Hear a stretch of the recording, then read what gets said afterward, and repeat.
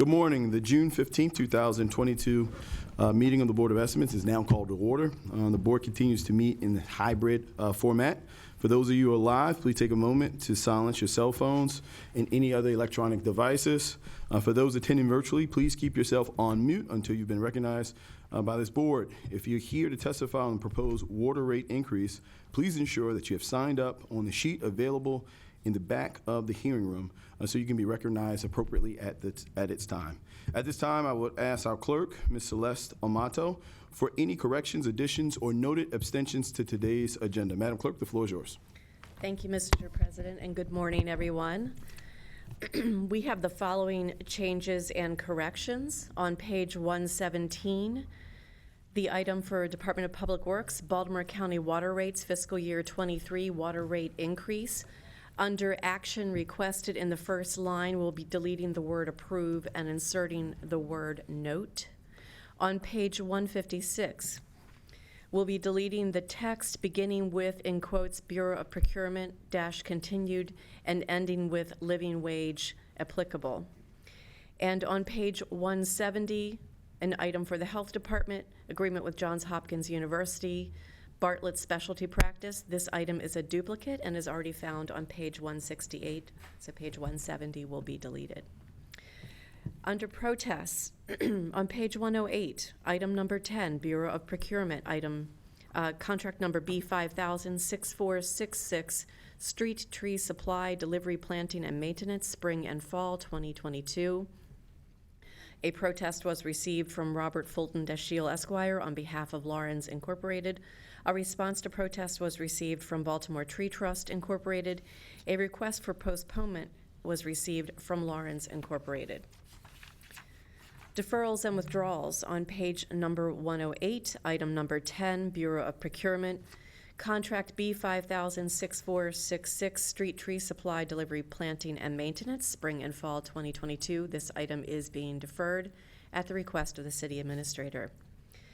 On page 114 through 115, Department of Public Works, ratification amendment number 1. This item is being deferred at the request of the comptroller.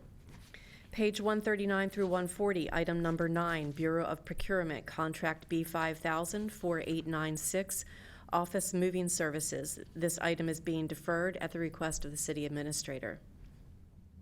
Page 156 through 157, item number 21, Bureau of Procurement, contract B5000-5154, citywide violation towing services. This item is being deferred at the request of the city administrator.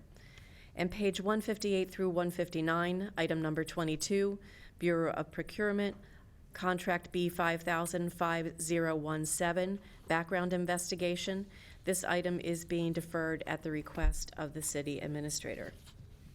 Items that are moving to the non-routine on page 147, Department of Housing and Community Development, CDBG 47, agreement with the Caroline Freese Center, Incorporated. Page number 48, Department of Housing and Community Development, CDBG 47, agreement with Comprehensive Housing Assistance, Incorporated. Page number 49, Department of Housing and Community Development, CDBG 47, ratification to agreement with Park Heights Renaissance, Incorporated. Page number 50, Department of Housing and Community Development, CDBG 47, agreement with Reservoir Hill Improvement Council, Incorporated. Page number 96, item number 1, Department of Audits, the Biennial Financial Audit of the Baltimore City Department of Public Works fiscal year ended June 30, 2020 and June 30, 2019. Item number 2, Department of Audits, Independent Auditor's Report on Applying Agreed-Upon Procedures for Unidentified Receipts Process, fiscal year ended June 30, 2020. And on page 176 through 180, Department of Public Works Water Rate Hearing. We have the following abstentions to note. The Honorable Mayor Brandon Scott is abstaining on page 160, Health Department, agreement with Johns Hopkins University School of Nursing. On page 168, Health Department, agreement with Johns Hopkins University Bartlett Specialty Practice. On page 171, Health Department, agreement with Johns Hopkins University Bartlett Specialty Practice. And on page 173, Health Department, agreement with Johns Hopkins University Bartlett Specialty Practice. For the Honorable President Nick Mosby, on page 16, City Council Bills 22-0 22-0239 and 22-0240. On page 17, Baltimore City Council travel request. On page 26, Baltimore City Council travel request. On page 44, Office of the State's Attorney service agreement. For the Honorable Bill Henry, on page 98, Baltimore Police Department travel request. Page 99 through 100, Baltimore Police Department travel request, and page 101, Baltimore Police Department travel request. For the Honorable City Solicitor, James Shea, there are no abstentions. For Deputy City Solicitor Ebony Thompson, I'm reading a usual designee. Director of Public Works, Jason Mitchell, there are no abstentions. Madam And, I'm sorry. Chair, yeah, I did abstain on page 108, the Baltimore Tree Trust. So noted, sir.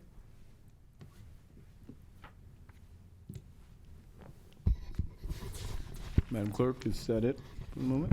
That concludes my business, sir. Thank you. Thank you, Madam Clerk. At this time, I will ask for a motion to approve and adopt the opening statement.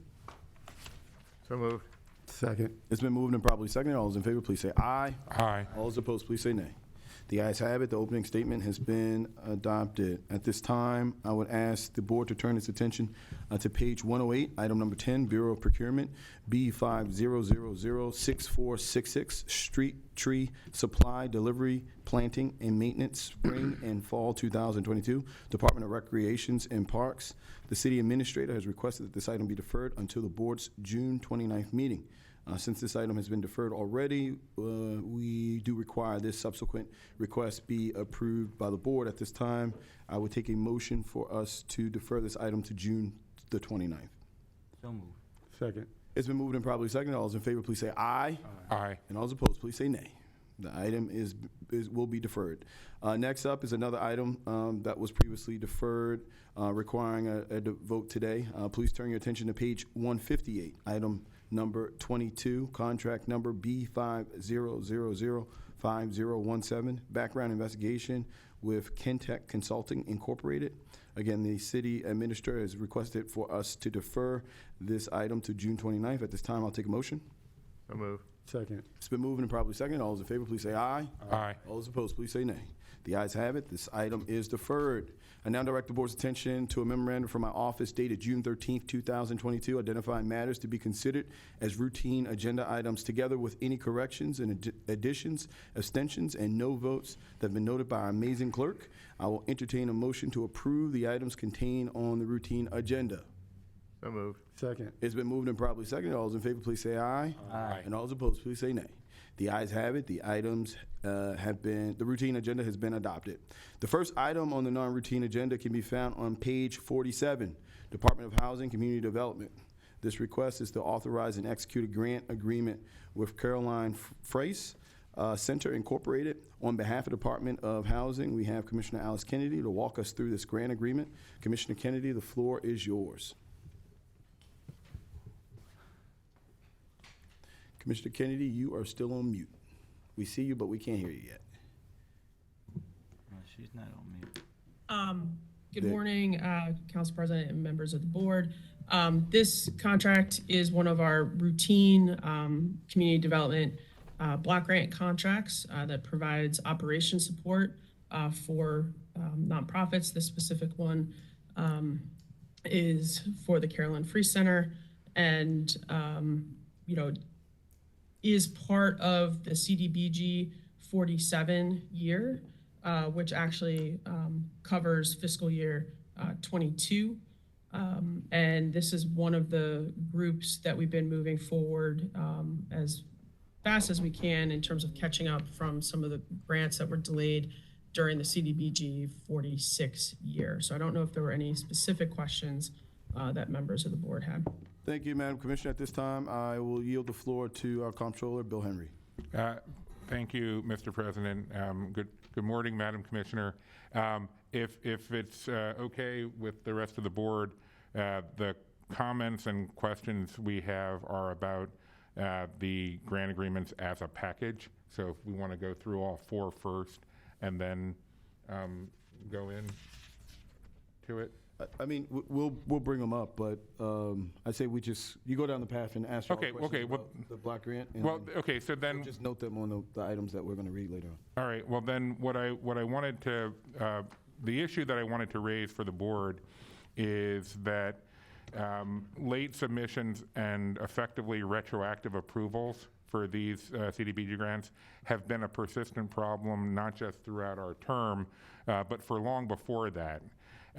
Earlier this year, my staff analyzed the data on the time lag for start dates of CDBG grant agreements versus the date of board approval.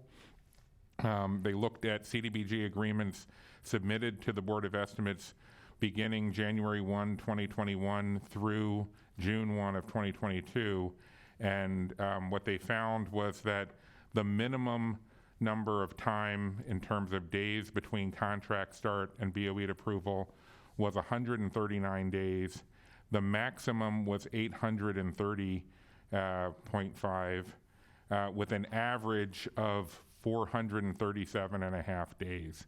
So that means on average it takes more than 14 months for an agreement to get to the board for approval. So the question I have is, what exactly are the challenges that DHCD is facing that is causing this long delay in submitting agreements? What kind of resources does DHCD need to improve its performance in this area, and how can the board support it?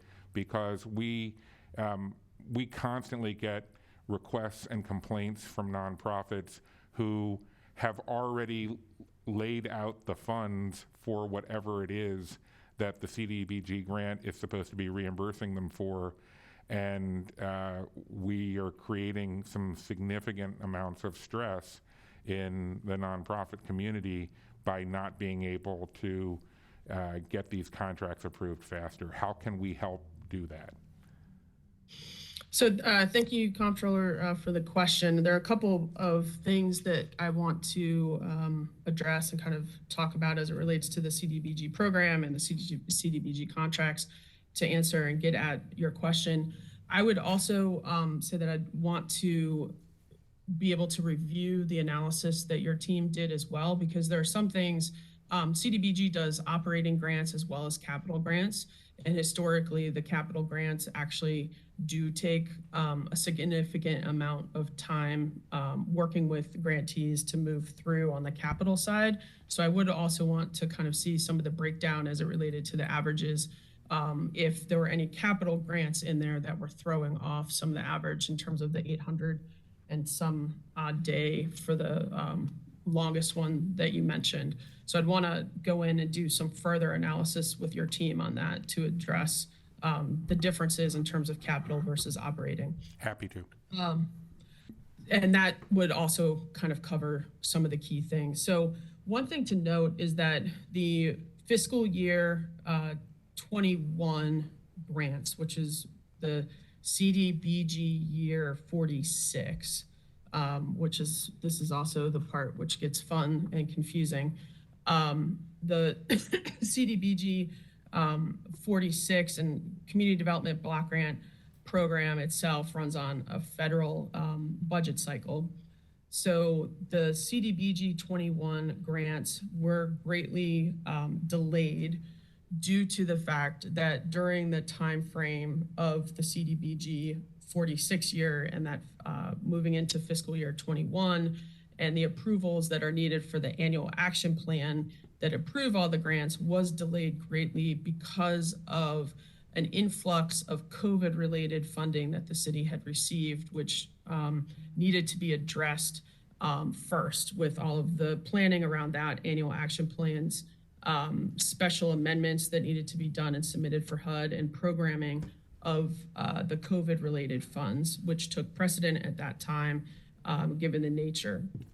Now, we are and have been working diligently within DHCD to expedite and move the grants forward. The 46 year, which is that 21 grant, fiscal year 21, I think at this point there are only 3 outstanding and remaining grants to move to the Board of Estimates. In part, that is also part of the components of finalizing negotiations or changes with the groups. Sometimes the contracts are delayed, not just in terms of structural inherent issues with timing related to HUD, but also negotiations with the grantees and moving things forward. We've had grantees request changes on budgets or request changes for signatures, and that does take some time. Some of the ones that are on the agenda for today also had a couple of things where changes were requested by the grantee, which then delayed getting to the board as well. One item to note is that we've worked out with Director Lundy and his team in terms of key components that we need to do for MBE, WBE requirements and how to expedite that process. We have an excellent process with the law department in terms of timing and turnaround. And we are actively adjusting items on our end.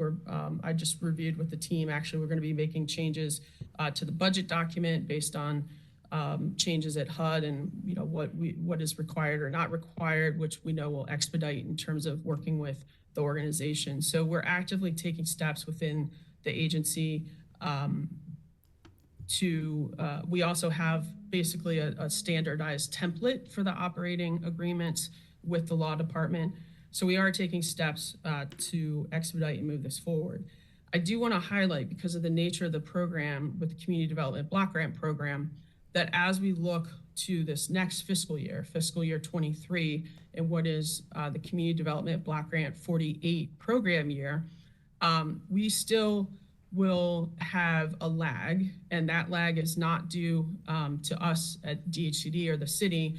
The team was actually prepared and had laid out, they had worked back in the fall on the plan to ensure that we are caught up on the 46s, moving directly into the 47-year grants, which would be the fiscal year 22 grants, and moving those through to the Board of Estimates. And then based on the normal kind of timeline, worked out how to be able to move directly into the CDBG 48 or the fiscal year 23 grants, which we had hoped we would be sending to the Board of Estimates as early as a July and August meeting. Unfortunately, the federal government only recently, last month, towards the end of May, approved and sent us what our CDBG 48 budget is for next year. And that still needs to go through a process. So we'll be putting that out. There's a public comment period. We have to make adjustments. That gets submitted to HUD. HUD then needs to approve. So the CDBG 48 year, which is fiscal year 23, those agreements will not, we anticipate we will not get our approval for HUD for the annual action plan until about September. So we anticipate, our hope is that we will have grant agreements coming to the Board of Estimates for approval in October, right after that is approved. So inherently with CDBG, based on the federal timing, there is and always will be some lag in terms of what the time is for the performance period of what the performance period is according to HUD, and when the agreement is approved and have that retroactive approval. So that is just an inherent function of the program. One other thing that we're doing is that with some of our smaller grantees, we are making the change to approve them and work through their plan so that they would we would be able to send to the Board of Estimates an agreement for them that would cover 2 years of their programming instead of just 1 year, which would help with some of the smaller grants and grants that we moved, help some of those smaller organizations be able to plan better as well. So that's another one of the adjustments that we're making.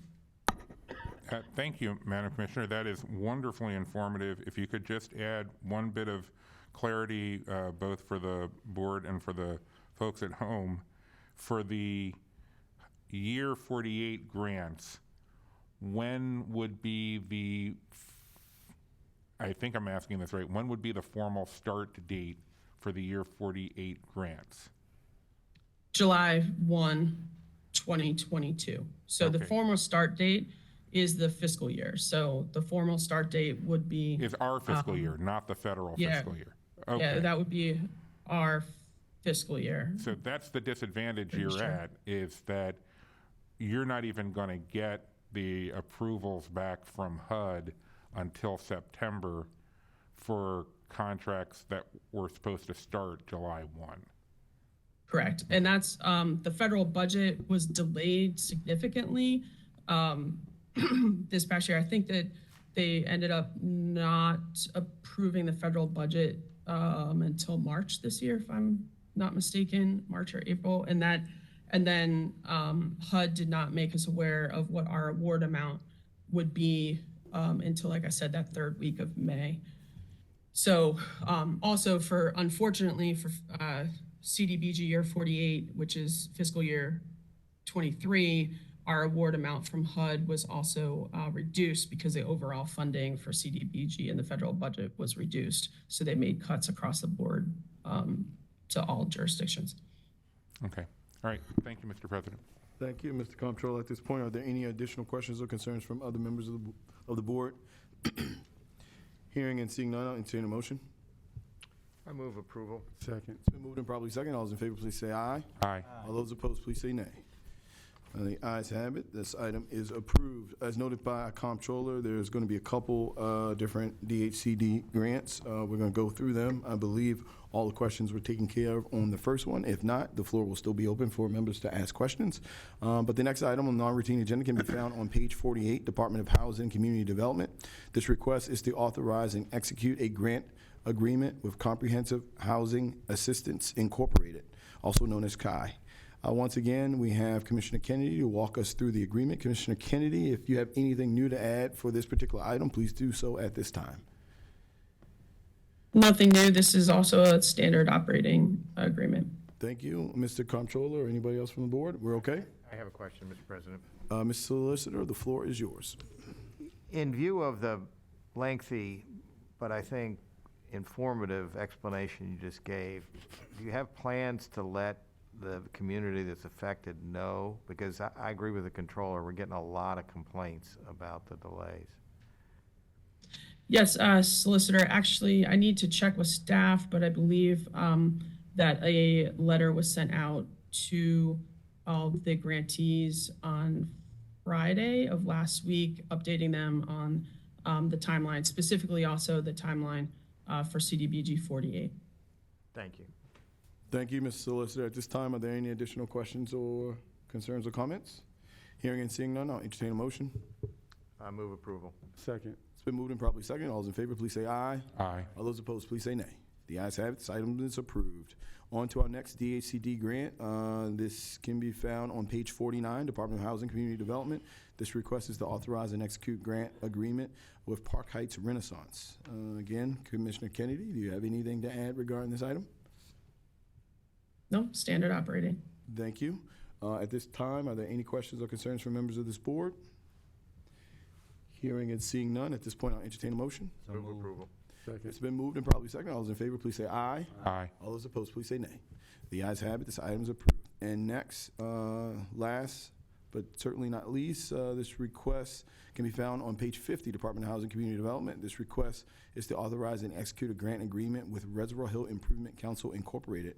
Commissioner Kennedy, the floor is yours if you have anything to add regarding this item. Nope, standard operating.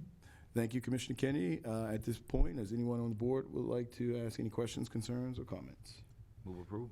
Hearing and seeing none, there's a motion on the floor. It's been moved and probably seconded. All those in favor, please say aye. Aye. And all those opposed, please say nay. The ayes have it. This item is approved. The next item on the non-routine agenda can be found on page 96, Department of Audits, the Department of Public Works Biennial Financial Audit for fiscal years ending on June the 30th, 2020 and 2019. The board is requested a note receipt by the audit for this audit report. At this time, we have Auditor Josh Pash as well as Deputy Auditor Tandy Mung here to present to the board. Deputy Auditor, did I say your last name correctly? All right, thank you. Perfect. The floor is yours. Good morning, Mr. President, Mr. Comptroller, honorable members of the board. My name is Josh Pash. I am the city auditor. I am here today to present the biennial financial audit for the Department of Public Works. Can we do next slide, please? I will go over the audit objective, scope, and methodology, our auditor's opinion. I will explain the 3 levels of internal control deficiency, and I will go through the 3 findings, and I will go over the status of the prior findings. Next slide. Our objective is to express an opinion on the financial statements for fiscal years 2020 and 2019. We performed procedures to obtain audit evidence about the amounts and disclosures of the financial statements, and we considered the agency's internal controls over financial reporting and our test of compliance with certain provisions of laws, regulations, contracts, and grant agreements as explained in the report. Next slide. Our opinion, we believe that the audit evidence is insufficient to allow us to state an opinion on financial statements, and we disclaim an opinion on the statements as presented.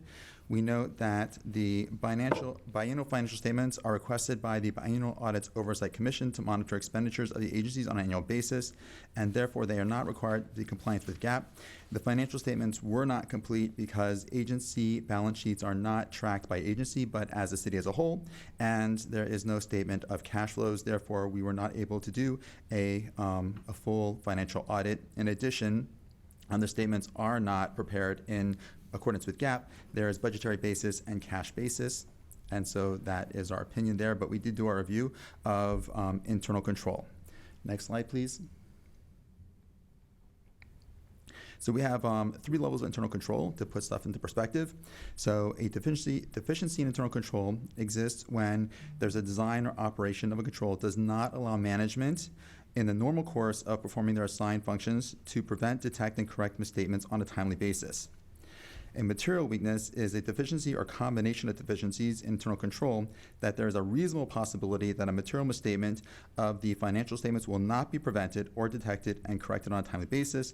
And then in between those is a significant deficiency, which is a deficiency or a combination of deficiencies that are less severe than a material weakness, but important enough to merit attention by those charged with governance.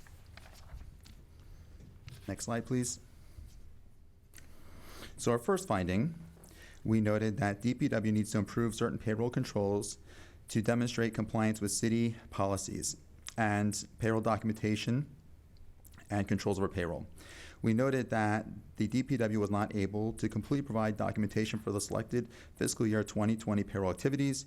We noted in our sample that 47% they could not provide the timesheets. For 3%, we noted that they were missing approval on the timesheets. And again, this is for 2020 when we were on an ADP and quite often paper timesheets. And then we noted for 6%, the timesheets did not agree to e-time. That's the paper timesheets. And we looked at e-time under ADP since that is the payroll system of record. And we noted 6% that they didn't agree. And then we also checked for approval for overtime and comp time and other leave, and 26% the agency was not able to provide us support for those. Next slide, please. So we looked at the effect, and the effect was that we were not compliant with the AM manual 205-10, and we were not able, the DPW was not able to demonstrate whether those selected payroll activities were accurately recorded and the payments were thus correct. And the risk is that we could have paid incorrectly payroll, whether it's higher or lower, and that the accruals which we're recording on our financials could be incorrect. Could be because we didn't have the evidence to verify one way or the other. We noted that the cause was that they did not comply with city documentation retention policies, and again, this is on the paper system. And our recommendation is that when the city implements Workday, that system, which includes electronic timesheet submissions and requires managers and agencies' time approvers to approve the timesheet all in one system and all digitally, that should address these findings. And we also recommend that the Director of Human Resources update the AM 205-10 and AM 502.1 to align with those Workday processes and change them so that they are updated. Next slide, please. Finding 2, this was a material weakness, and we noted improper accounting treatments that for the agency's internal service fund. So for the funds that DPW has that are internal service funds, the purpose of an internal service fund is that they are providing services to other city agencies. As such, the fund is to bill agencies for those services, which is going to be an internal transfer, and they should be capturing those. And then again, their revenues and expenses shouldn't net out to zero because it's all internal transfers. We found in 2019 that certain contractual expenditures incurred by the fund for energy costs were allocated to agencies via incorrect journal entries. We noted that instead of the internal service fund recording a revenue or a transfer in from the agencies, what they did is they just transferred the expenses to those agencies. We also noted that there were certain revenues, about $500,000, from outside vendors that were recorded in the fund. And these revenues from outside vendors should not have been recorded in the fund because this internal service fund should only be having revenues and income from other agencies. For fiscal year 20, we noted that they did make a correction and that contractual expenditures were no longer allocated to agencies. But since this is an internal service fund, all expenditures should have been allocated to those respective agencies using the proper accounting treatments. We noted that the recording of outside vendors' revenues in the fund did continue in fiscal year 20. Next slide, please. So the effect of this is the internal service fund statements are not materially accurate because they're not recorded using a proper accounting procedure, accounting treatment for internal service funds. The cause was that incorrect accounting treatment. And then we trace that down to that the city doesn't have those formalized policies and procedures to guide how to manage internal service fund.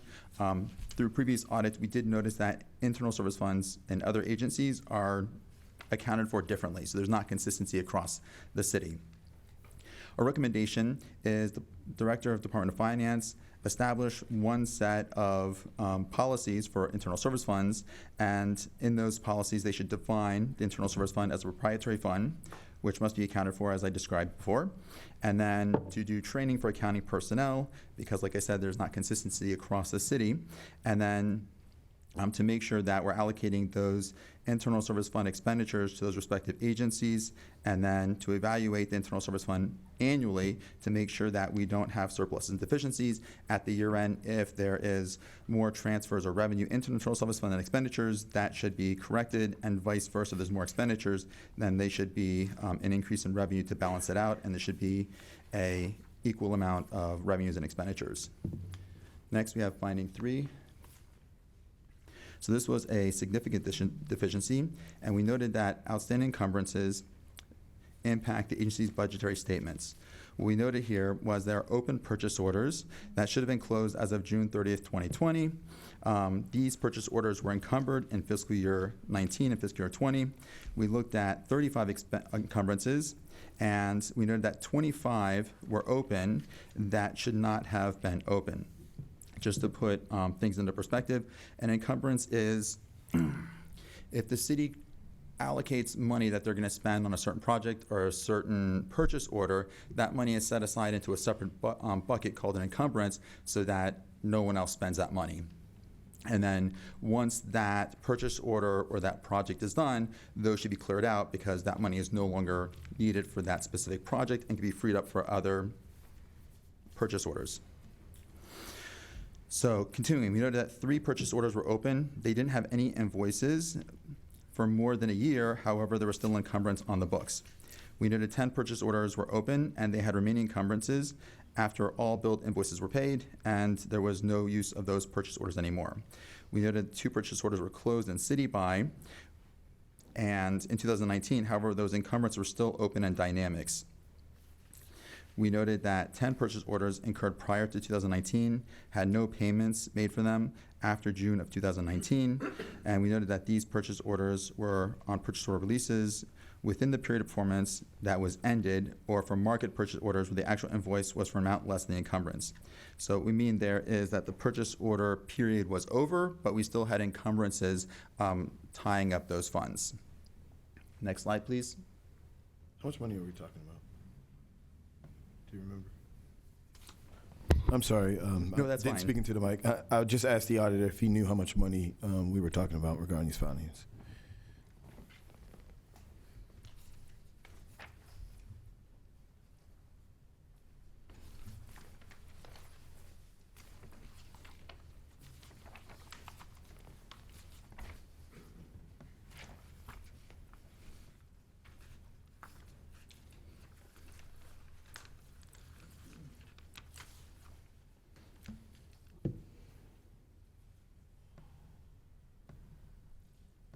So I don't have an exact number for total purchase orders. We did know that there's encumbrances that are small, less than $1, and we did notice that there were larger ones, but I can get you an exact summary of how much the encumbrances are for all of the ones that we tested. Gotcha. I was just curious if we're talking about hundreds of thousands or just a couple of dollars.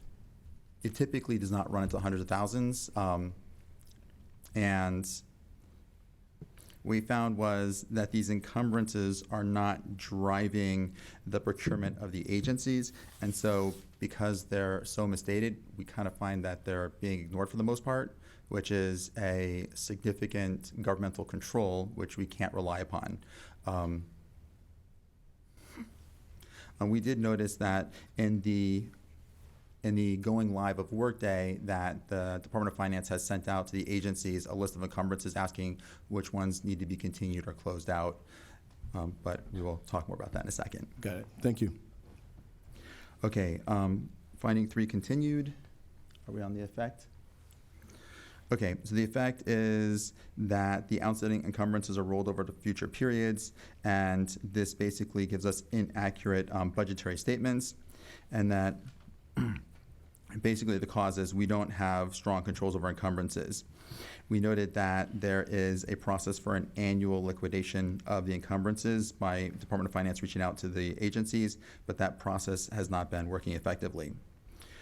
A recommendation is for the Director of Finance to create policies around this, both on the agency side and Department of Finance side, and those policies would include a formally liquidating responsibility for the Department of Finance, both on the dynamic side and the city buy, for those operating expenditures. We also recommend reviewing open encumbrances. Right now they do it on an annual basis, but to do it more frequently. And then to generate review reports of those encumbrances and to specifically look for purchase orders where the purchase order performance has expired and for which there's been no payments for a determined period of time. And that will basically allow finance to identify which ones need to be investigated. And then to follow up with agencies as reports are generated and to make those adjustments. So that was part of the annual process where finance reaches out to agencies. If there's no response, to bring it to a next step. And then we also recommend that the Department of Finance consider automating the liquidation process to close out encumbrances when a purchase order is closed. And let's move on to the next slide of implementation of prior findings. So we noted that 2 of the prior findings were implemented.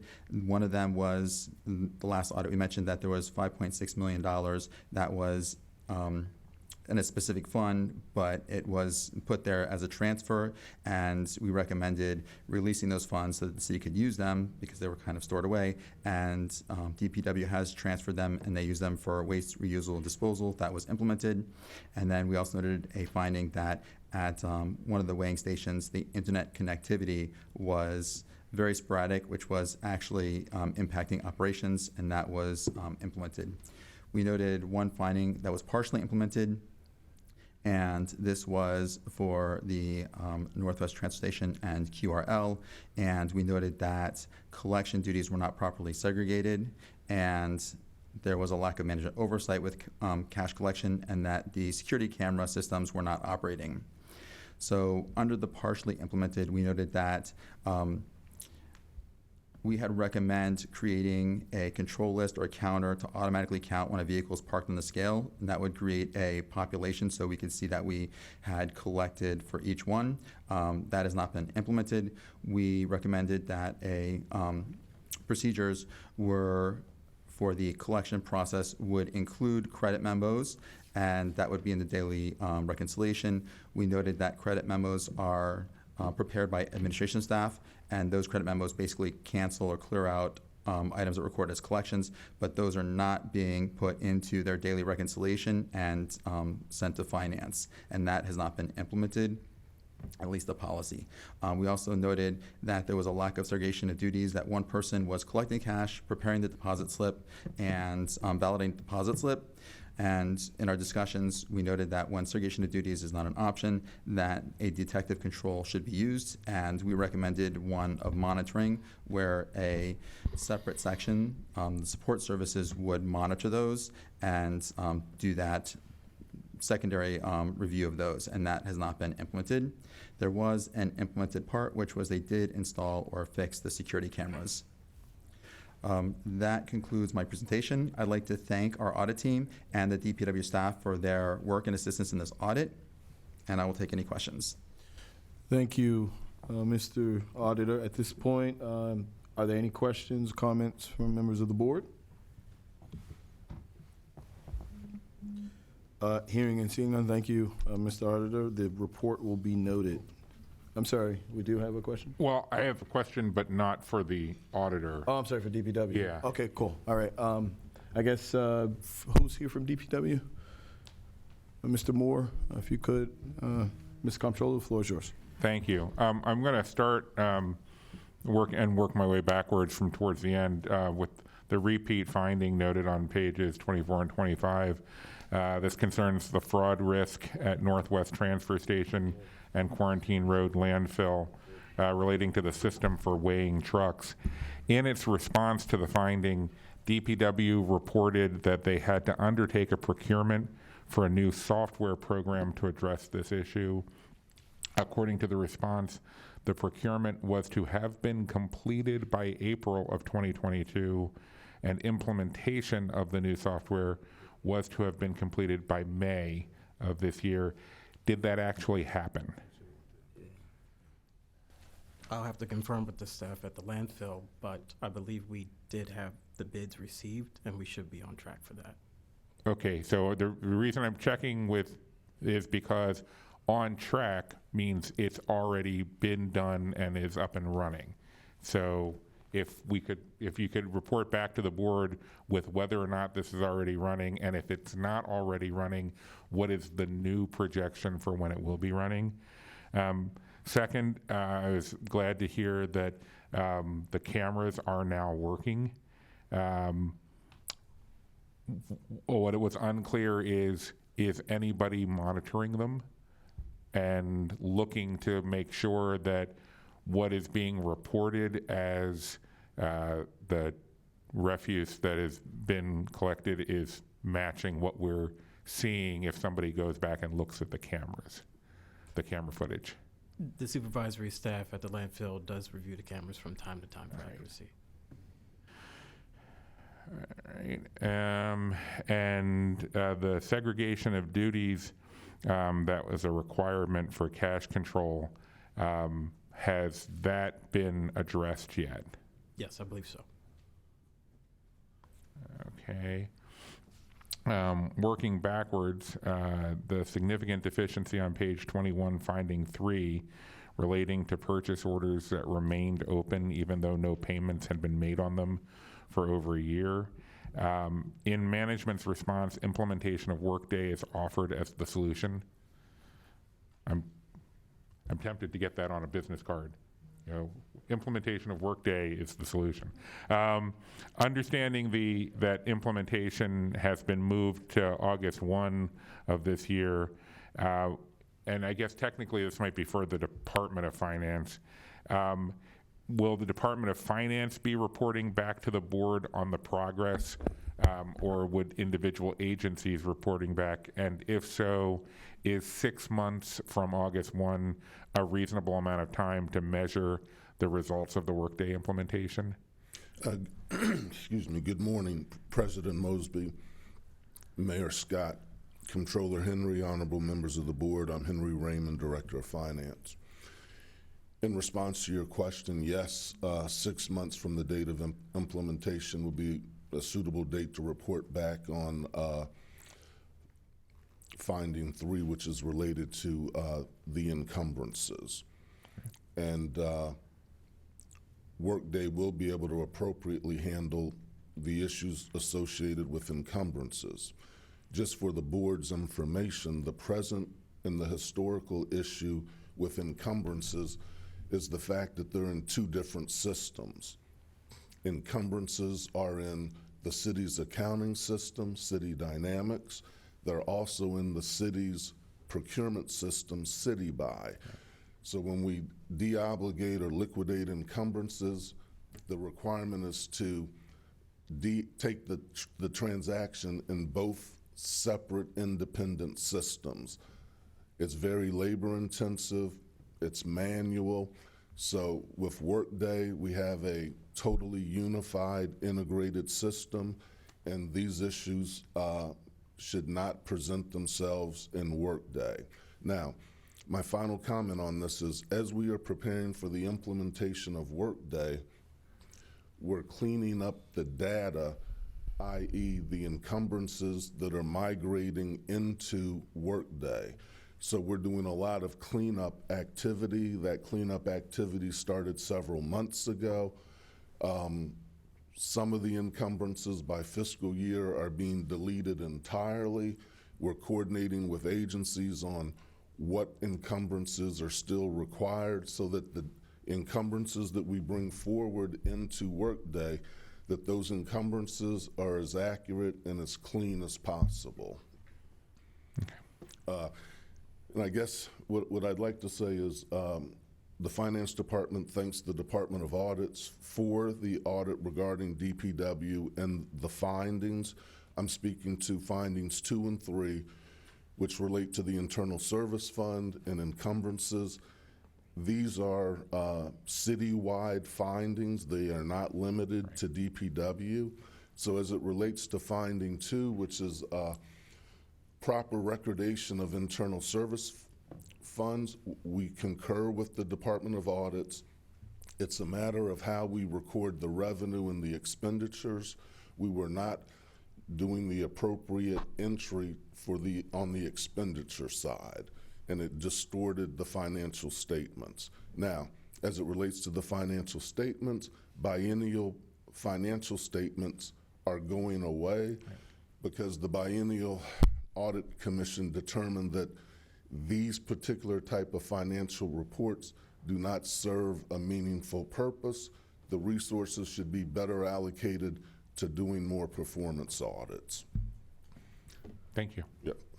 And then one last question for DPW relating to finding number 1. The auditor determined a control deficiency existed regarding compliance with payroll documentation policies and procedures. The management response relies heavily on the implementation of the Workday timekeeping system to address this finding. It also states that DPW will, quote, deliver its perspective, close quote, to the city's HR department on how to amend current administrative manual policies to reflect Workday processes. Can you give the board an update on how those conversations with HR are going, given that that promised implementation date is the end of this month? So I'm not directly responsible for this, but I am aware of it. As the city auditor mentioned, as he was speaking about this, the transition of Workday going from paper to digital will greatly improve the results. I will also say that those conversations, particularly, we're a large agency, so we do want to make sure that we do have a very unique perspective as the largest agency in the city. So things that may work for smaller agencies or mid-sized agencies, especially with our disparate locations, and there's a lot of coordination that takes place to get time in, particularly on paper. So I think we'll be looking forward to the results digitally. Okay, so is there anybody from HR here? Yeah, it seems like Director Herbert popped up online. Oh. Director Herbert, do you have something to add to the discussion? Yes, thank you. Good morning, Mr. Council President, Mr. Mayor, Mr. Comptroller, and distinguished members of the board. My name is Quentin Herbert. I am the Director of Human Resources. We did respond to the city auditor with respect to those findings. AM 205-10 deals with payroll systems. While it is in the 200 series of the AM, and HR has some responsibility for some of the policies in the 200 series, this is a finance policy. And so while we are working with the Department of Finance to update AM 205-10, this is a payroll policy which falls under the purview of the Department of Finance. AM 502-1, which is the records management policy, is also not one that HR has the authority to change. It is one in which we work in tandem with finance and law. And again, we are having those discussions around, one, whether the policy, there are modifications that need to be had, and two, what those modifications should be. The issues that we saw from the perspective of the audit report were not with the policies themselves, but with the agency's failure to follow those policies as they are in place. Even when we transitioned to Workday in late 2020, and that there was a digital payroll process, there's still the requirement for agencies and for supervisors to verify that the data that's being put in is correct, and that folks have actually worked the hours that they're putting in on their digital timesheets. So the policy itself is still in place, and there is still that requirement for accountability that only that human touch of a manager or supervisor can provide. Well, if you're going to pass the buck, I guess you should pass the buck to the finance department. So how would you want to respond to that? Yeah, good morning again. I agree with what Director Herbert has indicated. I approached the podium from the perspective that the Department of Finance does control the payroll process and took the lead on Workday implementation for payroll.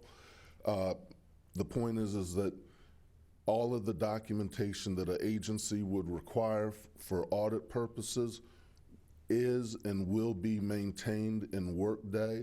That's one of the things with the Workday payroll implementation and upgrade, is that you can see all employee information in a much more meaningful and efficient manner. With Workday, you can easily determine who was paid what, when were they paid, how much were they paid, what was that timesheet submission. Those are some of the primary deficiencies citywide with some of the citywide findings. Workday will fix that. So I know we've talked about this before. I just want to make sure that this is applicable to this.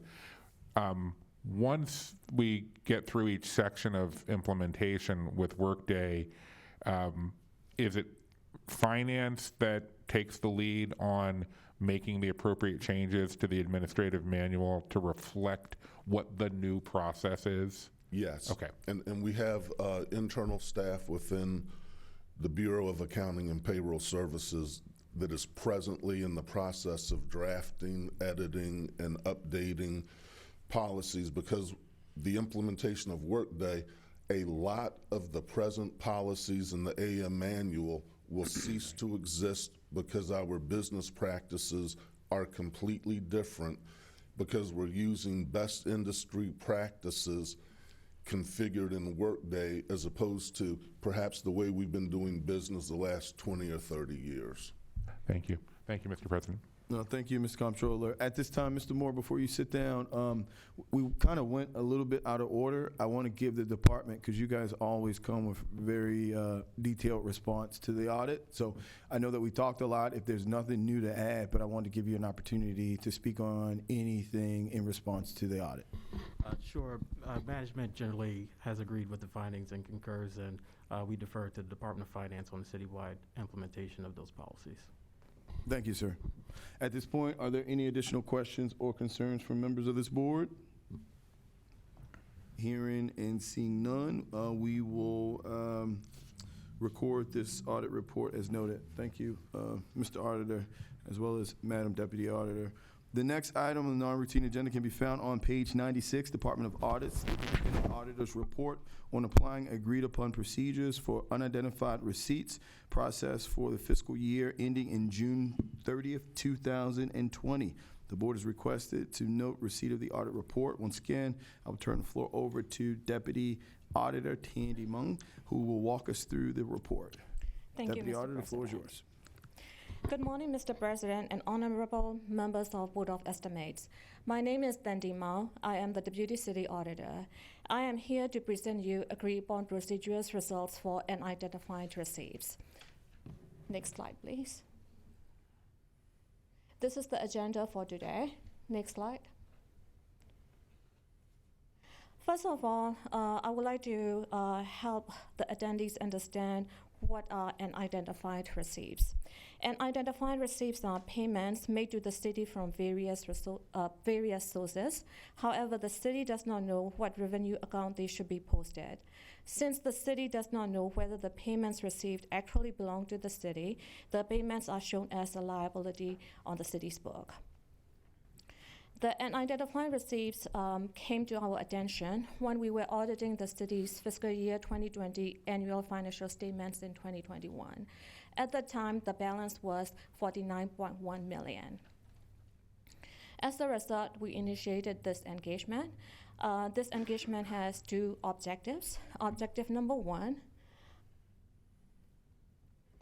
to reconcile the outstanding balance for the period ended June 30, 2020. And objective number two is to determine whether there are documented policies and procedures to manage the unidentified receipts reconciliation process. To achieve these objectives, we completed 4 procedures.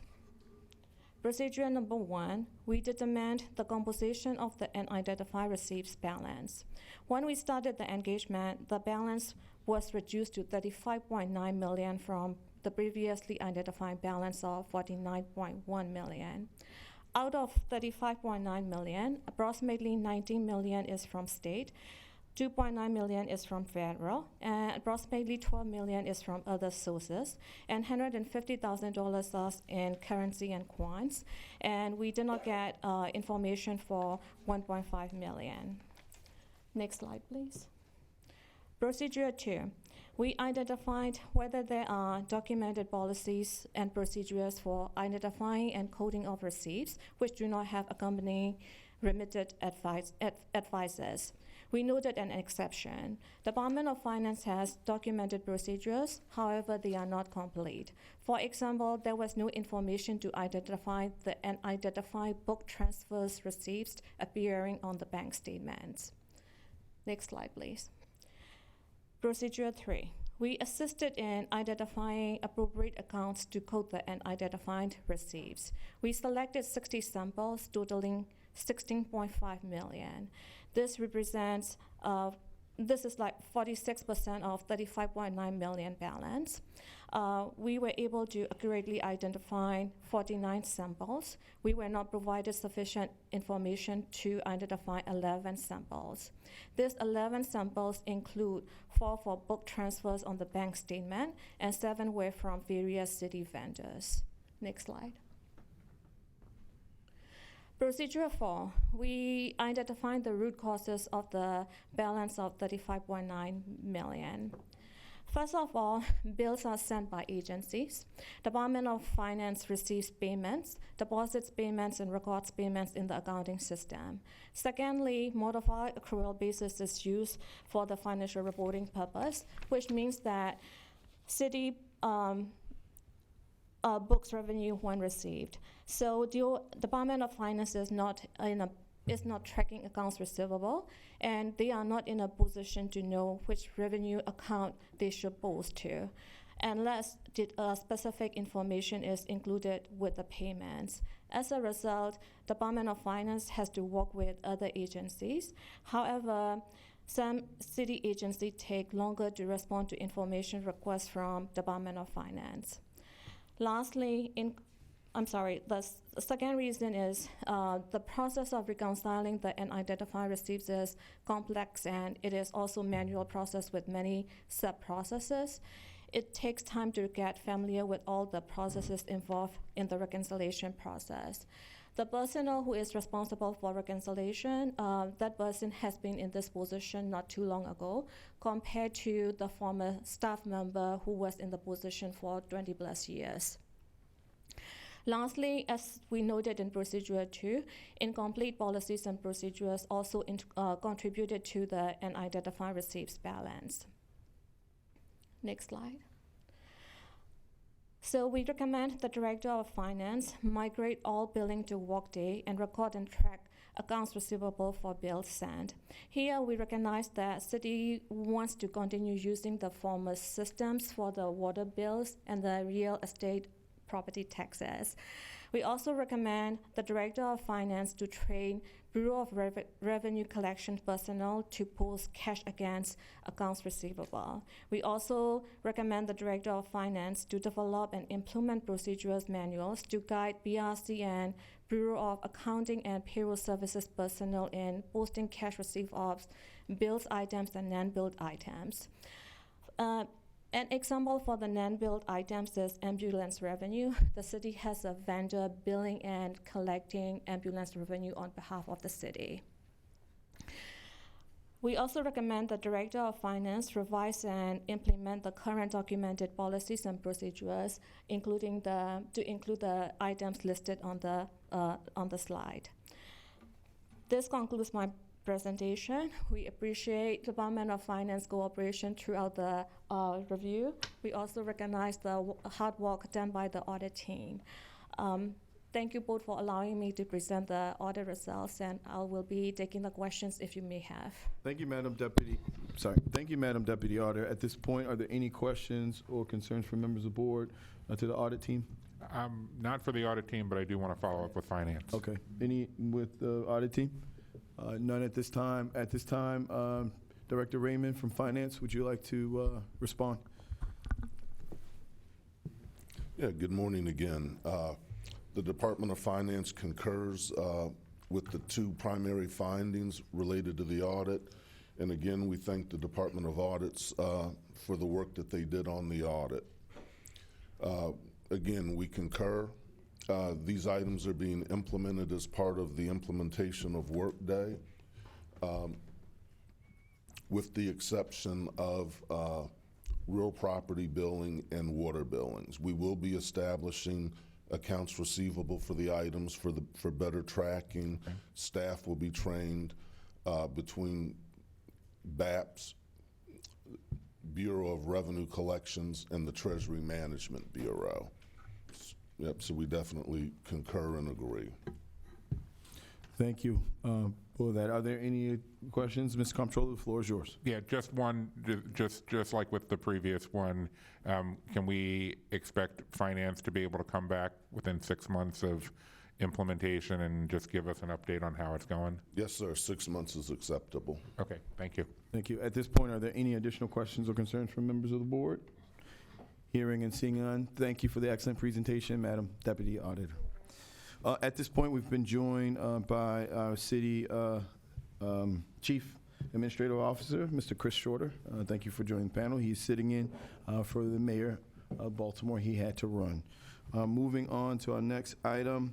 It is the final item, but it's going to be an item of community engagement on non-routine. It will be found on pages 176 to 180, the Department of Public Works proposal for rate increases for water, wastewater, and stormwater charges. If adopted, the proposed rates will become effective beginning July 1st, 2022.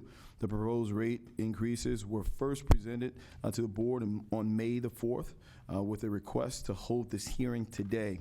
We'll start with a brief recap of the rate proposal by DPW and then move to public testimony. At this point, we have Mr. Aaron Moore, who is here representing Deputy Director Carbark, as well as Director Mitchell in front of us today. Mr. Moore, the floor is yours. Thank you, Mr. President and members of the board.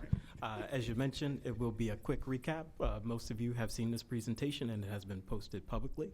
So we'll hit the highlights, and if you need me to pause at any point, please let me know, and happy to take questions afterwards before public testimony.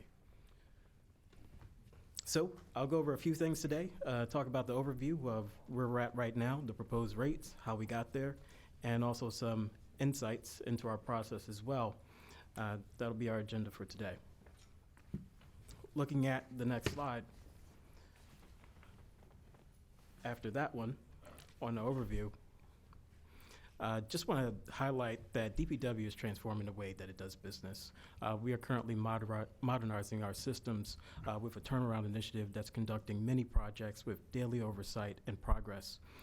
So that includes our payment systems, improving data and analytics, automating processes, repairing large meters that are bringing revenue into the system, and improving our customer service. This is the foundation to lowering our rates because we're bringing in additional revenue and lowering our costs. On the next slide, I'll talk about the proposed rates for this year and the year after and FY25. So for water, it is 3%, for sewer, 3.5%, and for stormwater, 3%. This will result in an incremental increase to the typical bill, but I also want to highlight that we've also received rates from the county, which were noted by the board today. The county water rates are actually higher than the city water rates at 4.7% increase. And as we talk about these proposed rates, these are the lowest since 1998. They are lower than inflation, and they're also a modest increase. In fact, they're lower over the next 3 years than they were for fiscal 22 alone. Next slide. As we talk about our approach, next slide. So there are a couple of things that we look at when we develop the financial plan to develop the rates.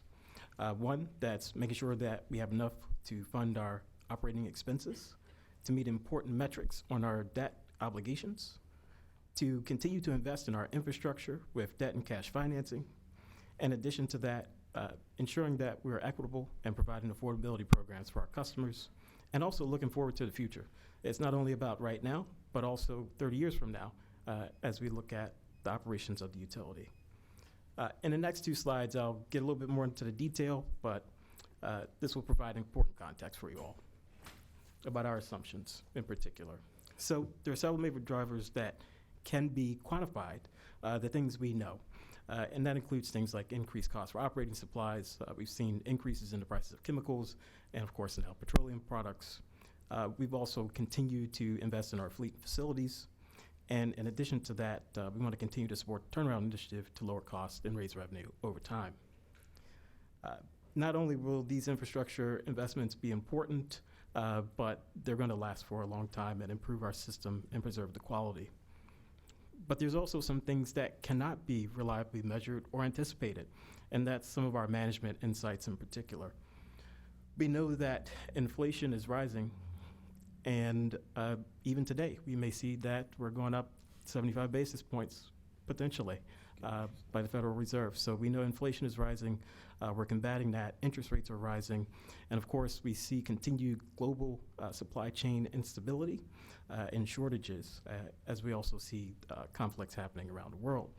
In addition to that, the city itself is not immune to shocks, as we've seen over the past few years. So we want to be prepared for those things, and that goes into our projections as well, too. But to talk about the good things that are happening in our budget for next year, one of the things that we're looking forward to is $300,000 for enhanced career mentorship programs. This will provide a pathway for young adults to join the water industry, which is shown on the next slide. In addition to that, we'll also continue to invest with cash financing in our infrastructure to ensure that we're able to maintain stable debt metrics. And also, we'll be contributing to some larger city programs as well to help modernize, including the Transition Unifier, which will help our capital projects move a little bit smoother. Last but not least, I'll close out by just saying that, first of all, we are excited about the turnaround initiative. As I mentioned, this is really the foundation to the new rates. In addition to that, this plan, we feel, is sustainable, prudent, and grounded in data.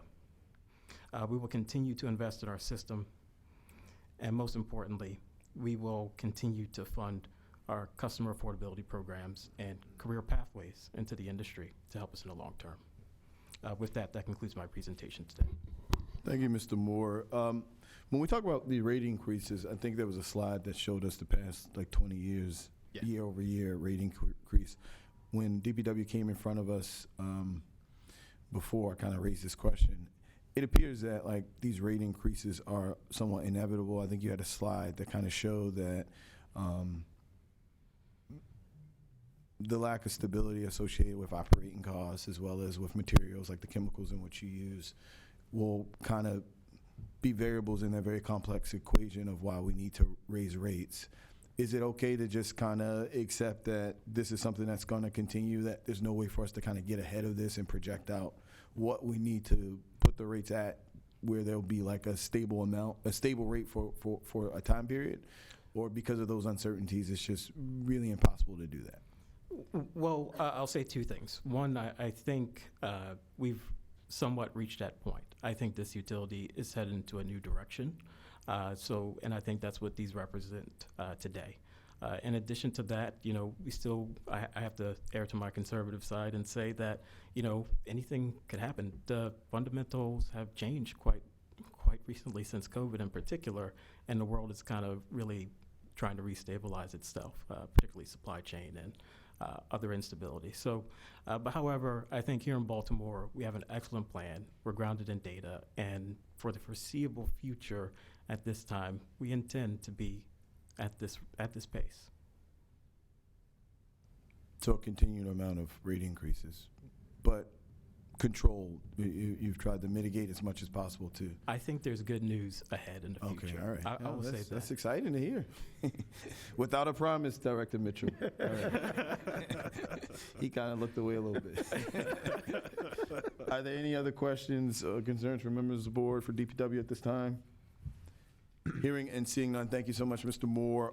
At this point, we're going to turn the presentation over to invite the public to come and speak in front of the board.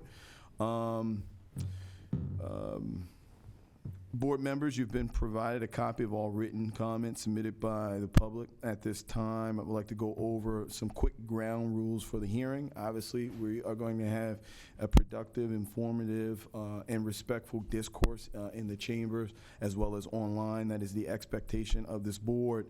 The order of the testimony for the hearing will go as follows. First, I'll recognize individuals who are present here in the BOE boardroom to step forward and speak. You're going to come right up to the podium. I ask if you come to speak that you state your name, first and last, any affiliation before you are going to present. You will be given 2 minutes. After we go from folks that are here in the chambers, we're going to go and take testimony from those who have signed up online and are joining us via WebEx. The purpose of this hearing is for the board to receive, again, your comments. So don't intend that there's going to be a lot of dialogue back and forth. If there's a clarifying question that a member from the board might have as it relates to public testimony, we will provide that at that time. For those attending in person, again, you're going to step forward, speak clearly into the microphone so folks online at home can hear you and we can get your testimony noted. For those registered online to give remarks, I will call your name when it's your turn to speak. If you're signed into WebEx, hearing by a computer or mobile device, our moderator will unmute you.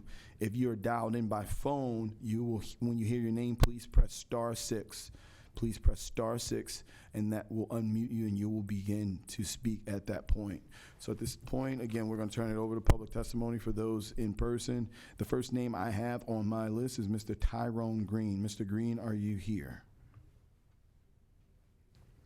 Okay, we're going to move on to Caroline McBride. Next up is Chris Lukovich. Next up is Savannah Elligson.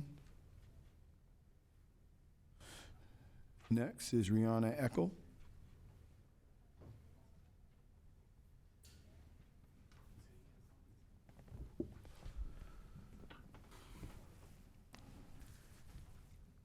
Thank you, Ms. Eckel. You have 2 minutes. Great, thank you.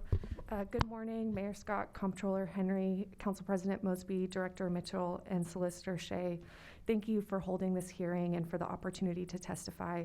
My name is Rihanna Eckel, and I am an organizer with Food and Water Watch and the convener of the Baltimore Right to Water Coalition, a coalition of dozens of organizations that have been advocating for accountable, equitable, affordable water for all Baltimoreans since 2016.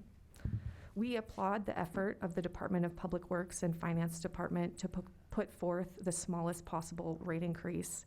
This gives our city reprieve from the nearly 10% water rate increases that have burdened our communities year after year for over a decade. A small rate increase, however, is still a rate increase, and with it, the Department of Public Works owes it to our communities to fulfill their legal obligations by fully implementing the Water Accountability and Equity Act, which was legally required to be implemented nearly a year ago, July 1st, 2021. While we acknowledge that the implementation of this legislation has been challenging, it is crucial to center the origins of this bill, the stories and experiences of countless Baltimoreans who have struggled with incorrect or unaffordable water bills and have been unable to get real help from the department. We know that all of you share our vision for every Baltimorean to have access to accountable, equitable, affordable water service. Fully implementing the Water Accountability and Equity Act will be a key part in achieving that vision. Further, it will support the efforts of the department to minimize future water rate increases by increasing payment rates for low-income families, as well as restoring trust in billing accuracy with expedient, transparent billing dispute process. In conclusion, we are requesting the following immediate next steps from the Department of Public Works. Establish the Office of the Water Customer Advocate and hire an independent chief advocate, most appropriately from outside the current DPW staff. Publicize and inform customers that the website and materials previously used the incorrect income guidelines for eligibility and that they may be eligible given the 2022 federal poverty guidelines. Complete the direct mailing to residential customers as well as tenants to advertise the Water for All program and the LIWAP program. Develop a comprehensive enrollment plan for Water for All and LIWAP that establishes enrollment goals and benchmarks and monitors for progress. Backdate affordability credits from July 1st, 2021, when there was no accessible affordability program for people, to the end of the month after DPW advertises the program in water bills or through a direct mailing. And we request the following steps from the mayor's office. Dedicate American Rescue Plan Act funds to ensure that the water affordability credit is not counted as taxable income for low wealth residents in multifamily buildings. Apply for and invest state and federal funds in sewer infrastructure improvements and into expanding the ERP and SOS programs to reduce pollution, sewage backups, and support residents. Establish the Committee for Office Oversight as required under the Water Accountability and Equity Act to ensure proper implementation and to provide data collection and reporting. Thank you all for your time, and we look forward to working with everyone to ensure the success of these crucial programs. Thank you, Ms. Eckel. At this time, Mr. Joseph Hudson? No. Next up, Minister Christina Flowers.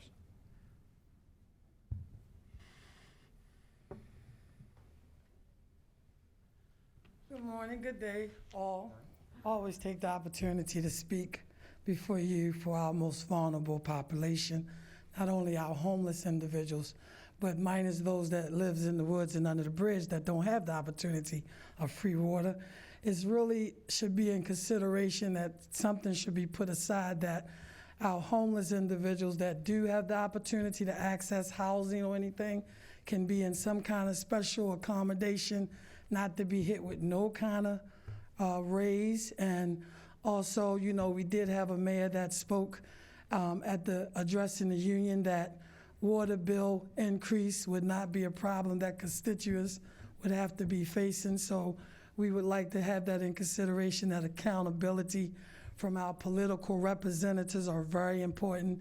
And again, let's not forget our most vulnerable population who do not have any opportunity of water, living in the woods and under bridges and the streets of Baltimore City.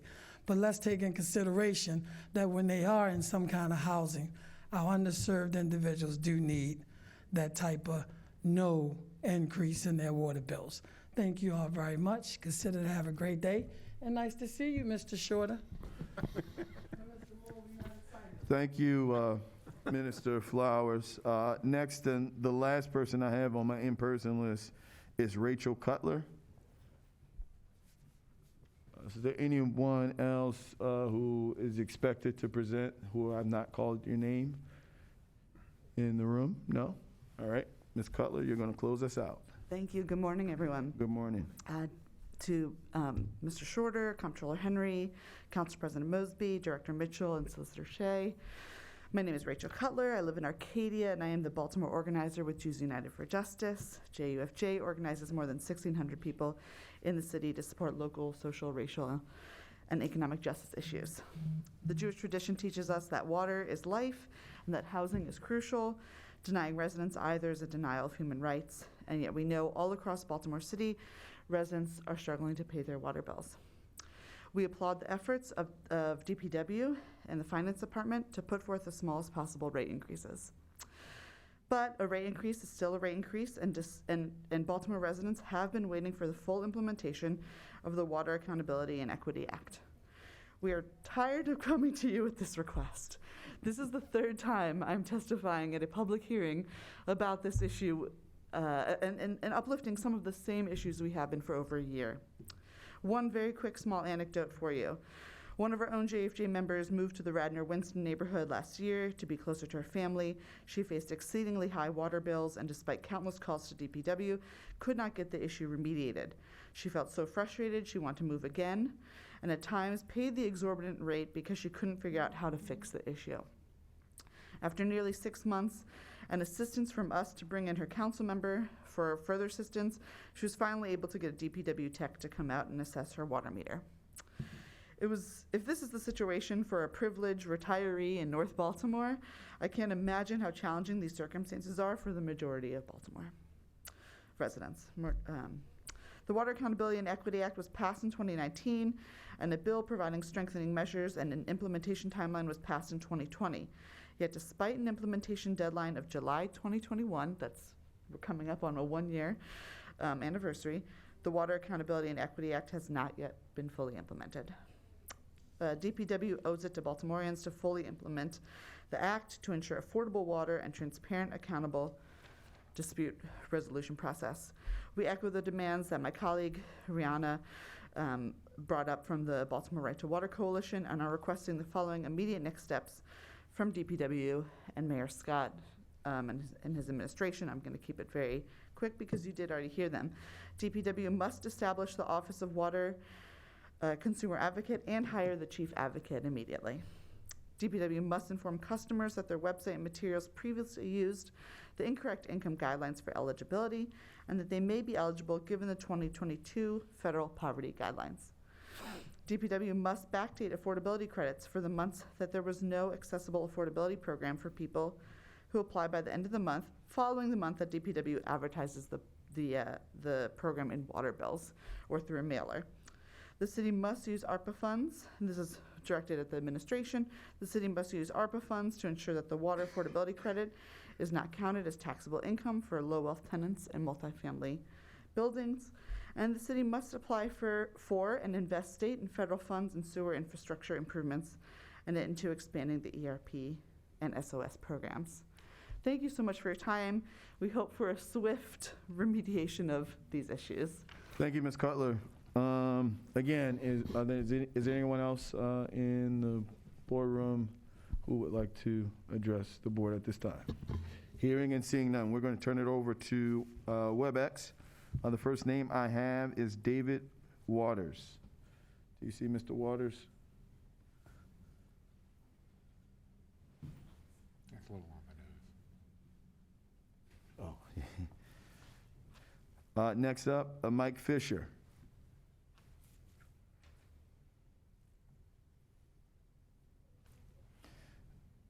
Next up, Shalay Manjan.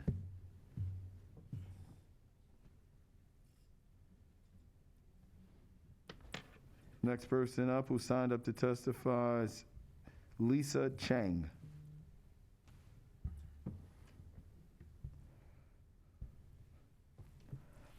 Now we're going to turn over and provide Michael Richardson an opportunity.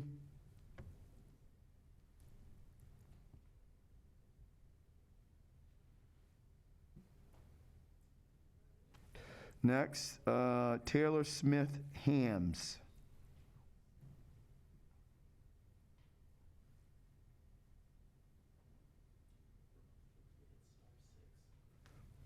I believe this is all WebEx, right? Yeah, these are all WebEx. Not on phone yet. Right. Next up, Chelsea Nicole Arthur.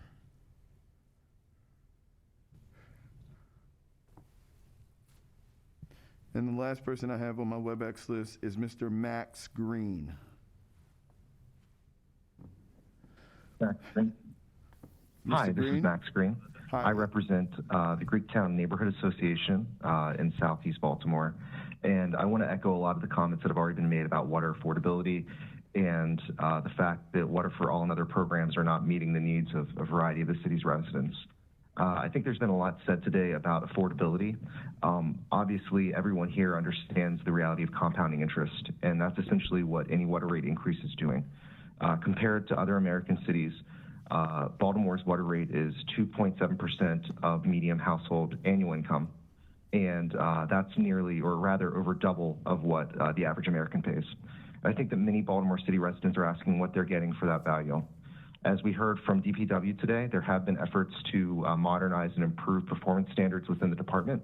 However, I feel like many of the issues that came up today, one such example being the implementation of software to address issues at a waste station, evidence the fact that there's a disconnect and siloing between DPW's management and the workers that are actually doing, that are seeing these goals through. Beyond that, we also need to be aware of the fact that without adherence to better performance standards, implementations of new metrics and project management and performance monitoring, DPW is going to continue to waste taxpayer funds. Quite frankly, that's the one thing that is completely opaque to city residents, and I'm hoping that some members of the Board of Estimates are able to see that more directly in other documentation that they receive from the department. But quite frankly, as a city resident, I speak on behalf of many residents who feel like there is no true reason as to why water rate increases have increased so much over the past 2 decades and continue to increase. And as those water rates increase, as a percent of annual income, they're going to only get harder for most residents to afford. So I beg that the city's leadership, including the Board of Estimates, carefully reconsider the impacts of proposed wastewater and stormwater rate increases.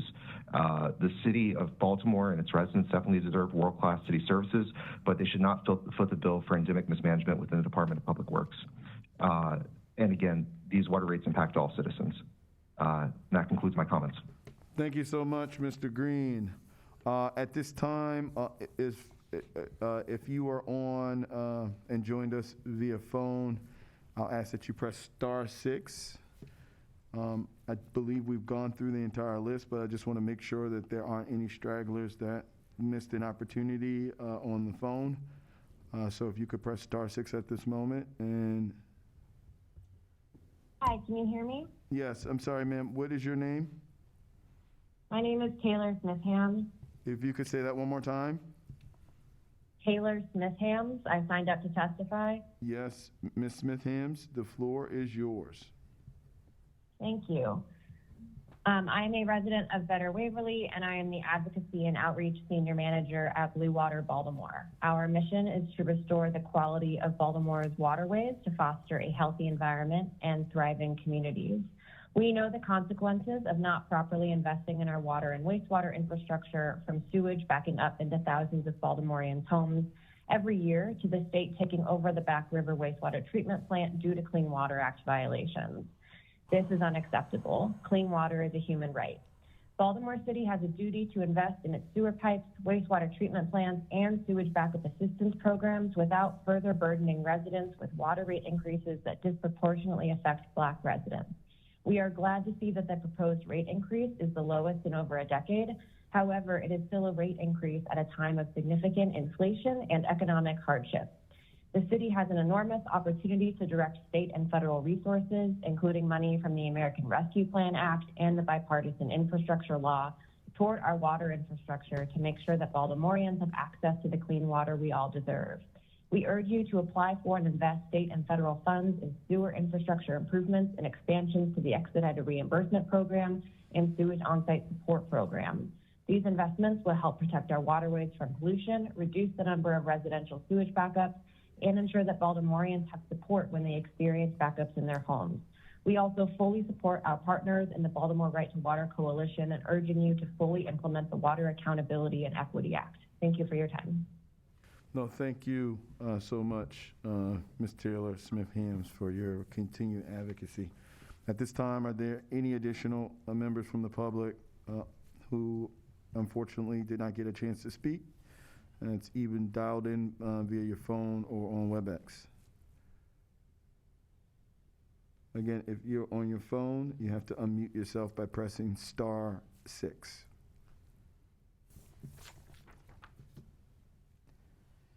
Hearing none, I'm going to wrap up public testimony. Are there any additional questions or concerns or comments that members of the board would like to make at this time? At this time, the board would like to recognize our comptroller, Mr. Bill Henry. The floor is yours. Thank you, Mr. President. First of all, I want to thank everyone who spoke today, both here in person and virtually, or submitted comments to the board in advance on this topic. I appreciate your thoughtful responses to this important issue before us. I want to also applaud Mayor Scott, CAO Shorter, Director Mitchell, and their team at DPW for finding a way to propose the most modest increase in local water and sewer rates that, frankly, we've seen in the 21st century. I just want to say I'm going to be voting to approve this rate increase because I agree that we desperately need to increase our investment in water, stormwater, and sewer infrastructure. That's something I am reminded of every time I receive an email about a sanitary sewer overflow. As many of you know, back at the beginning of the 20th century, Baltimore City built a world-renowned water system. And then we just sat back and ignored it for decades. As a result, all of us today are now on the hook for the deferred maintenance that is the result of previous generations' policy decisions. But I want to say very publicly to DPW that the funds from this rate increase shouldn't be sitting in reserve accounts making our bondholders happier. More of it needs to actually be invested in the infrastructure, providing preventive maintenance on our distribution systems, improving our water and wastewater treatment facilities, and planning for the future. I am very excited about the fact that we are spending more on those things, but I think we can spend even more. DPW's primary responsibility is to our ratepayers, and they are asking for a reliable system, and it's in our power to deliver that, and so we should. Thank you. Thank you, Mr. Comptroller. At this point, are there any additional questions, concerns, or comments from other members of the board? Hearing and seeing none, I will entertain a motion. I move approval of the rates. Second. It's been moved and probably seconded. All those in favor, please say aye. Aye. All those opposed, please say nay. The ayes have it. This item is approved. As there's no new business before the desk, and this board will adjourn until bid opening at noon. The next regularly scheduled meeting of the Board of Estimates will occur on Wednesday, June the 22nd at 9 a.m. I would like to thank everyone for participating today. Thank you for tuning in. Baltimore, please stay safe. We absolutely love you.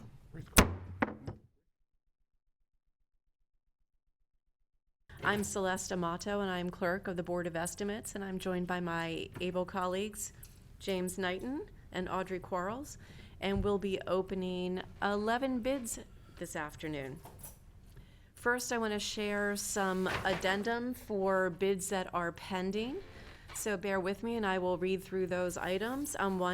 These are all Public Works bids. Contract number SC992, egg-shaped digester rehabilitation improvements at the Back River Wastewater Treatment Plant. Addendum number 1 has been issued. That bid is due on June 22nd, 2022. Public Works contract number SC1019R, CCTV inspection of sanitary sewers in Northeast Baltimore City. Addendum number 1 has been issued. That bid is due on June 22nd, 2022.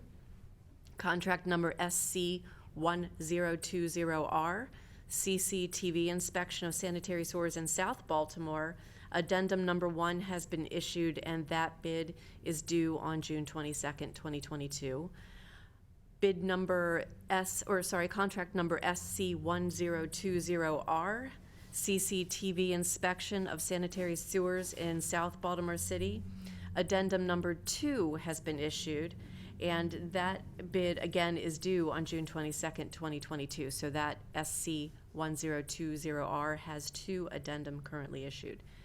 And finally, contract number WC1315, Hillen and Penn Lucy North neighborhoods, water main replacements. Addendum number 1 has been issued, and that bid is also due on June 22nd, 2022. And now we will begin our own bid openings for June 15th.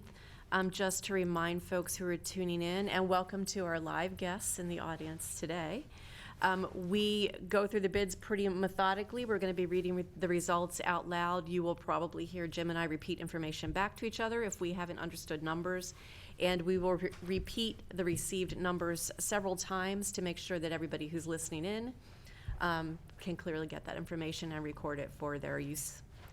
Bid number 1 today is contract number B5000-6689. This is a contract for vehicle glass repair and replacement services. And Jim, our first bidder. Our first bidder is Clearview Auto Glass. And that bid amount. Total bid price, $240,450.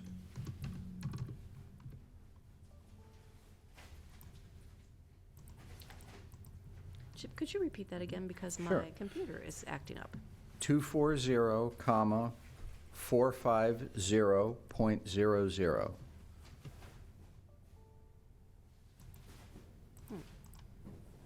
Let me put this in a different spot. I'm sorry, one more time, please. Sure. $240,450.00. Okay, that amount was $240,450.00, and that bidder was Clearview Auto Glass. Yes. And I believe we have a second bid. Yes. Second bid is Mobile Management System, LLC. And the bid amount. Total bid price, $542,500. That bid amount was $542,500. The bidder was Mobile Management Systems. That number again was 542,500.00. Yes. Okay.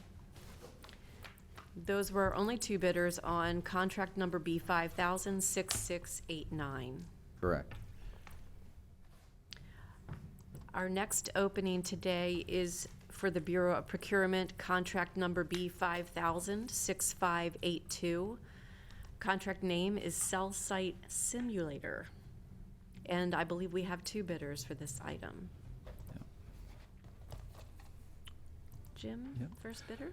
First bidder is Cognite Software, COGNYTE Software, LP. Total bid price, $920,000. That was Cognite Software LP, and the bid amount was $920,000 even. Yes. That was 920,000.00. Yes. Thanks. And another bidder? The next bidder is Jacobs Technology Incorporated. Total bid amount, $947,400.12. That bidder is Jacobs Technology Incorporated. The bid amount is $947,400.12. That number again is 947,400.12. Yes. Thank you. We had 2 bidders for that item, and again, that was for contract number B5000-6582. Correct. Our next bid opening is for Bureau of Procurement, contract number B5000-6458. The contract name is Group Messaging Application for Law Enforcement. First. And I believe we have 2 bids. Yes. First bid? First bid is Brown's Communications Incorporated. Total bid price, $83,850. That was Brown's Communications, Inc., and the bid amount is $83,850.00. Yes. That number again was 83,850.00. Yes. Next bid? Next bidder is Evertel Technologies, LLC. Total bid price, $105,000. That was Evertel Technologies LLC, bid amount $105,000 even. Yes. Again, that number is 105,000.00. Yes. That was two bidders for contract number B 5000-6458. Our next opening is for the Department of Bureau of Procurement, and the contract number is B 5000-6617. This was for Ford F-150 lighting, and we did not receive any bids. So again, that was contract number B 5000-6617, no bids received. Our next opening is for Bureau of Procurement, contract number B 5000-6267. Contract name is RFP ACA Management and IRS Reporting. And I believe we have three bids. First bidder is Barbee, B-A-R-B-E-E, Tax Consulting, Inc. Total bid price, $388,425. That was Barbee Tax Consulting LLC, and the bid amount $388,425. That number again is 388,425.00. Yes. And our next bidder?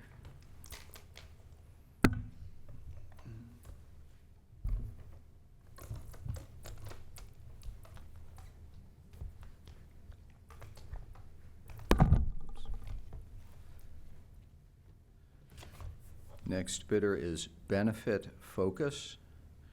Total bid price, $320,370.60. That was Benefit Focus, $320,370.60. Correct. Again, that number is 320,370.60. Yes. And next bidder?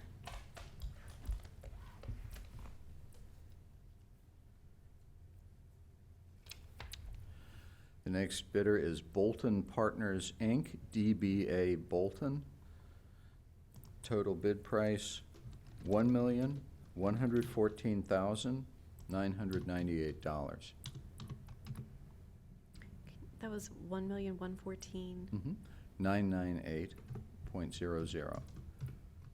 That was Bolton Partners, Inc., $1,114,998. Yes. That number again is 1,114,998.00. Yes. And that was the final of three bidders for contract number B 5000-6267. Yes.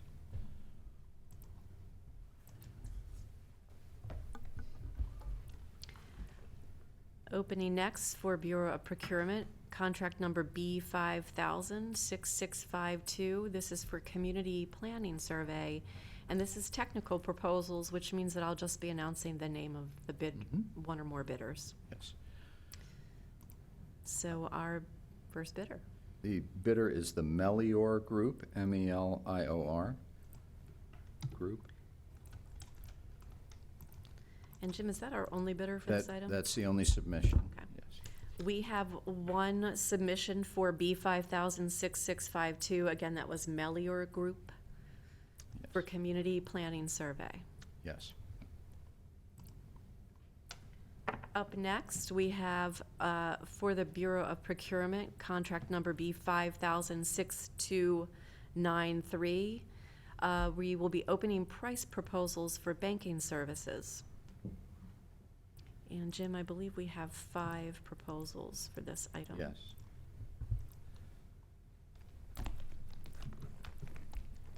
This is not the price, right? No, this is the price proposal for banking services. Yeah. These. All right. First one is J.P. Morgan Chase Bank, NA. Mhm. Total bid price, $212,528.47. That was JP Morgan Chase Bank, $212,528.47. Yes. That number again was 212,528.47. Yes. Okay, our next bidder?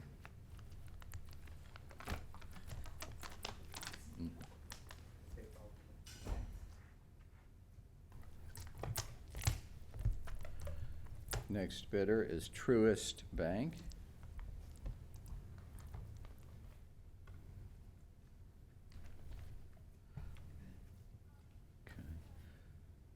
Total price, now this bid has a total of 9 line items, but they've completed 8. So their total bid price is $902,196.93. That was for Truist Bank, $902,196.93. And that number again is 902,196.93. Yes. Okay. Next bidder?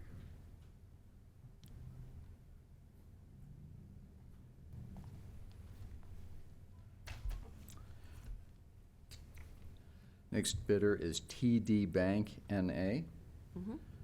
Total bid price, $808,029.62. That number was $808,029.62. Yes.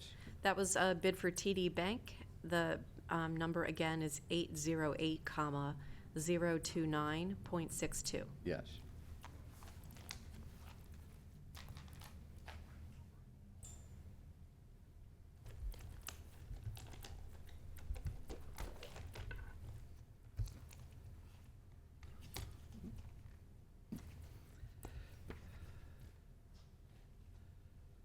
Next bidder is M&T Bank. Total bid price, $500,956.56. That bid amount was $500,950.56. $500,956.56. Thank you, and I'll read that again. That was for M&T Bank, and that was 500,956.56. Yes. And I believe we have one more bid.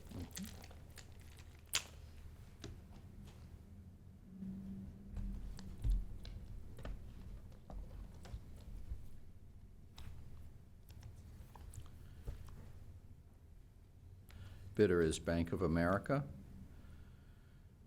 Total bid price, $1,305,835.73. That was Bank of America, $1,305,835.73. Yes. That number again is 1,305,835.73. Yes. And that was our final of 5 bids for contract number B5000-6293 Banking Services. Yes. Up next, we're opening for Department of Public Works contract number WC1436. Repaving utility cuts and sidewalk restoration at various locations. Yes. First And bidder? I think we have 3 proposals. Mm-hmm. Yes. First bidder is Civil Construction, LLC. Total bid price, $7,977,275. That was Civil Construction LLC, $7,977,275.00. Yes. And that number again is 7,977,275.00. Yes. Yep. Next bidder is Monumental Paving and Excavating Incorporated. Total bid price, $7,413,850. That was Monumental Paving and Excavating, $7,413,850. Yes. That number again is 7,413,850.00. Yes. And our final bid?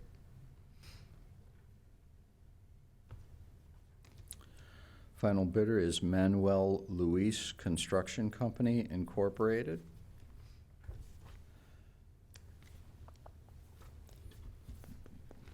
Total bid price is $9,282,274. That was M. Luis Construction Company Incorporated, $9,282,274. Yes. Mm-hmm. That number again is 9,282,274.00. Correct. That was our final of 3 bids for contract number WC 1436, repaving utility cuts and sidewalk restoration. Yes. Up next, for the Department of Transportation, is contract number TR 22001. Contract name is Reconstruction of Footways Citywide. And I believe we have 3 proposals. Yes. First bidder is J. Villa, V-I-L-L-A, Construction Incorporated. Total bid price, $902,000. That was J. Villa Construction Incorporated, $902,000? Yes. 902,000.00. Yes. Okay.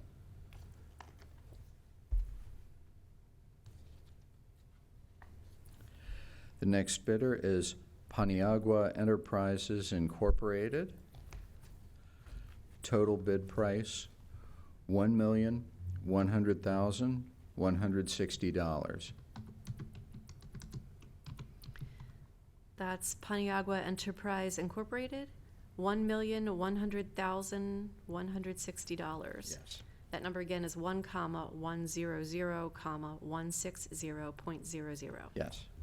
Thank you. Third bidder is Manuel Luis Construction Company Incorporated. Total bid price, $1,592,299.15. That was M. Luis Construction Incorporated, $1,592,299.15. Yes. That number again is 1,592,299.15. Yes. That was our final of 3 bidders for contract number TR 22001, reconstruction of footways citywide. Correct. Up next, again from Transportation, contract number TR 22002, reconstruction of footways citywide. And I believe we have 3 bidders for this one as well. First bidder is Paniagua Enterprises Incorporated. Total bid price, $1,135,800. That was Paniagua Enterprise Incorporated, $1,135,800. Yes. 1,135,800.00. Yes. The next bidder is Manuel Luis Construction Company Incorporated. Total bid price, $1,739,943.65. That was M. Luis Construction, Inc., $1,739,943.65. Yes. That number again is 1,739,943.65. Correct.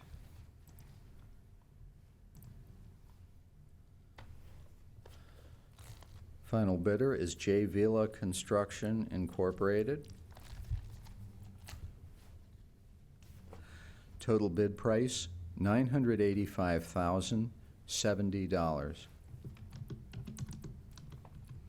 That was for J Villa Construction Incorporated, $985,070. Yes. That number again is 985,070.00. Yes. That was our final of 3 bids for contract number TR 22002, reconstruction of footways citywide. Correct. And our final opening for today for the Department of Transportation, contract number TR 22003, reconstruction of footways citywide. We again have 3 bidders for this item. First bidder is Manuel Luis Construction Company, Inc. Total bid price, $1,372,867.15. That was M. Luis Construction, Inc., $1,372,867.15. Yes. That number again is 1,372,867.15. Yes.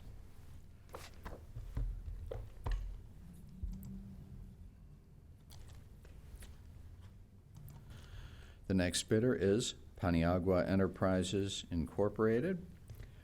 Total bid price, $934,550. That was Paniagua Enterprise, Inc., $934,550. Yes. That number again is 934,550.00. Yes. And our final bidder? Final bidder is J. Villa Construction, Inc. Total bid price, $778,700. That was J. Villa Construction Incorporated, $778,700. Yes. That number again is 778,700.00. Correct. And that was our final of 3 bids for contract number TR 22003, reconstruction of footways citywide. Correct. And that was also our final opening for today. Thank you everyone for tuning in. Bid results are posted by close of business on Wednesdays, same day as opening, but often much earlier. So please check the Comptroller's website for those results detailed in tab sheets. Thank you everyone. Thanks to our live guests. We're so happy to see people.